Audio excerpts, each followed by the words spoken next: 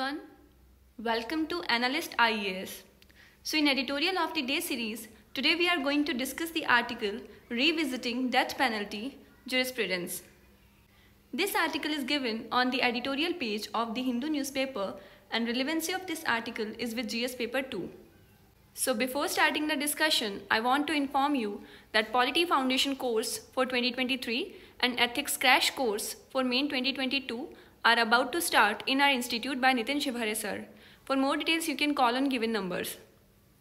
In this article, we are going to discuss about Supreme Court's view on death penalty. So now let's start the discussion.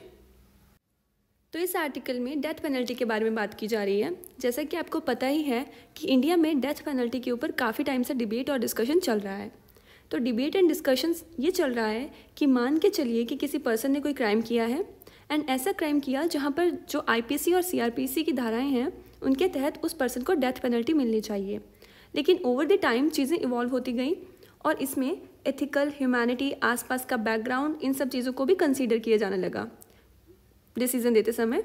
तो recently supreme court ने ये कहा कि हम एक panel बनाएंगे या एक बेंच में क्रिटिकल एनालिसिस करेंगे कि किन किन कंडीशंस में डेथ पेनल्टी दी जानी चाहिए और किन किन कंडीशंस पर डेथ पेनल्टी नहीं दी जानी चाहिए। तो इस आर्टिकल में एक बैकग्राउंड के रूप में सारी चीज़ों को डिस्कस किया गया है। तो कोर्ट धीरे धीरे अपनी अप्रोच को चेंज कर रहा है। पहले वाली अप्रोच में क्रिमिनल और क्राइम दो ही चीज़ें देखी जाती थी, लेकिन प्रेजेंट टाइम में क्रिमिनल के माइंडसेट, इमोशनल इंटेलिजेंस का लेवल और उसके सोशियो इकोनॉमिक कंडीशन सब चीज़ों को कंसीडर किया जाता है। पहले क्या होता था कि जब किसी को डेथ पेनल्टी सुनाई जाती थी तो उसके साथ रीज़न मेंशन किया जाता था। ये सेक्शन 354 का sub clause 3 of the code of criminal procedure में मेंशन है।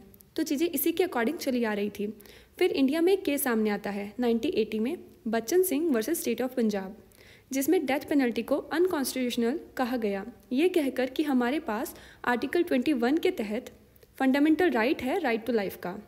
तब सुप्रीम कोर्ट ने ये कहा कि हम इस डेथ पेनल्टी वाले लॉ को रीफ्रेम करेंगे और इसमें ह्यूमैनिटी का एंगल भी लेके आएंगे। एंड इस केस में ये कहा गया कि death penalty rarest of the rare case में ही दी जानी चाहिए और केवल तभी देनी चाहिए जब कोई और अल्टरनेट ऑप्शन अवेलेबल ना हो।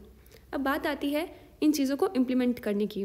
ये देखा गया है कि जब सुप्रीम कोर्ट के पास कोई क्वेश्चन जाता है कि ये बताइए ये चीज़ कॉन्स्टिट्यूशनल है या अनकॉन्स्टिट्यूशनल है, तो सुप्रीम कोर्ट ये कहता है कि ये अनकॉन्स्टिट्यूशनल नहीं है, लेकिन इसे डाइल्यूट करने के लिए हम कुछ प्रोविजंस ऐड करते हैं, लेकिन वो प्रोविजंस ग्राउंड लेवल पर सोसाइटी में इम्प्लीमेंट हो ही नहीं पाते।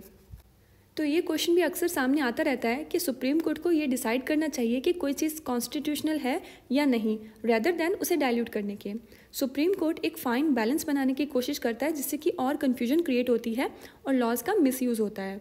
तो आने वाले टाइम में हम देखेंगे कि सुप्रीम कोर्ट इस पर क्या कहता है।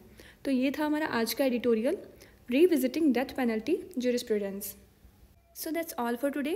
Stay connected for more such important videos. Thank you.